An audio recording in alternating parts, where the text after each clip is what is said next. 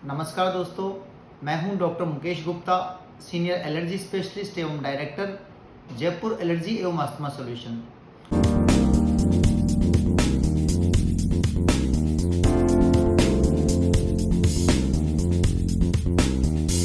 दोस्तों, अभी world allergy week चल रहा है, यानी कि एलर्जी अवेयरनेस वीक। और इस मौके पर मैं आपको ये बताना चाहता हूँ कि एलर्जी की समस्या आजकल बहुत बढ़ रही है, क्योंकि जो हमारे एनवायरनमेंट में चेंज हो रहे हैं और क्लाइमेट के चेंज हो रहे हैं, इनके कारण एलर्जी की समस्या बढ़ जाती है। एनवायरनमेंट एवं क्लाइमेट पे एलर्जी क्यों बढ़ती है?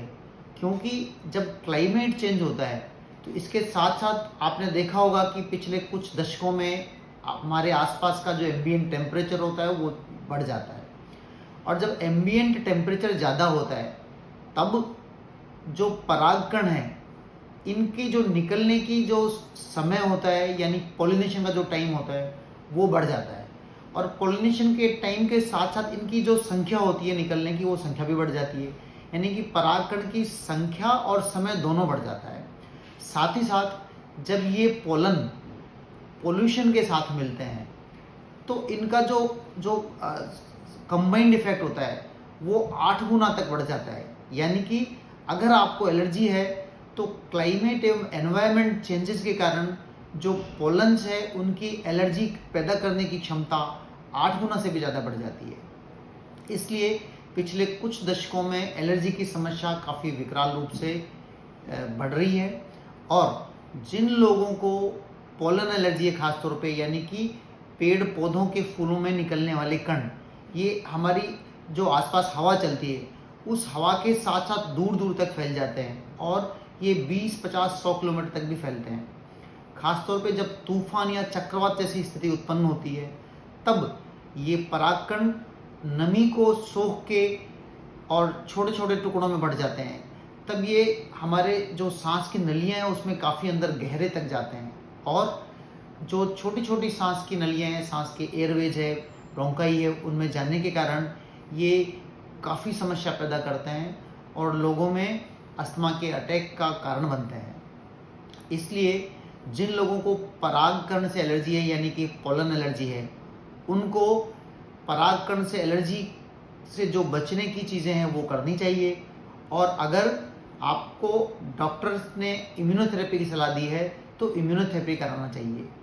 जिन लोगों को ये नहीं पता कि उनको एलर्जी किस चीज़ से है, उनको एलर्जी टेस्ट करा के अपनी एलर्जी का पता करें और एलर्जी का पता करा के उससे बचने का प्रयास करें।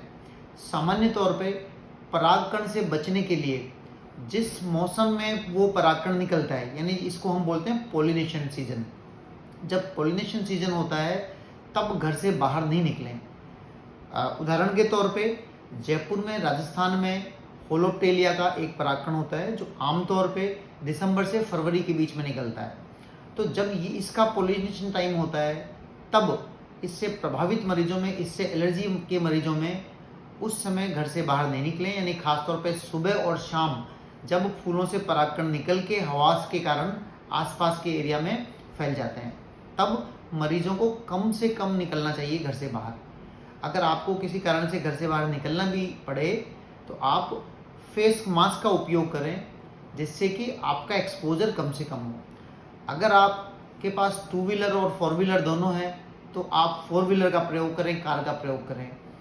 कार का प्रयोग करने के दौरान कार के जो शीशे होते हैं उन शीशों को बंद करके रखें और एसी को ऑन करके रखें, जिससे जो भी हवा कार के अंदर आ रही है वो फिल्टर होके आए और फिल्टर्ड हवा वापस से बाहर नहीं जाए। वापस जब आप घर आते हैं बाहर जाने के बाद आपको अपने कपड़े बदलने चाहिए और हाथ मुंह धो लेने चाहिए। अगर संभव हो तो आप बाथिंग भी ले सकते हैं। जब आप कपड़े सुखाते हैं धूप में तो कपड़े सुखाने के लिए आप ड्रायर का इस्तेमाल करें। खुली जगह पर कपड़े सुखाने से परागकण उनके ऊपर जम जाते हैं तो वो आपको फिर से समस्या पैदा कर सकते हैं। इसलिए इन सब बातों का अगर आप ध्यान रखते हैं तो आप परागकण से एलर्जी से, पोलन एलर्जी से अपने आप को बचा सकते हैं और आपके अस्थमा अटैक को भी आप रोक सकते हैं।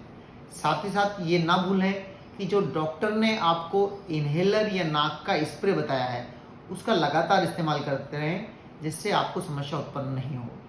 नमस्कार, धन्यवाद, जय हिंद।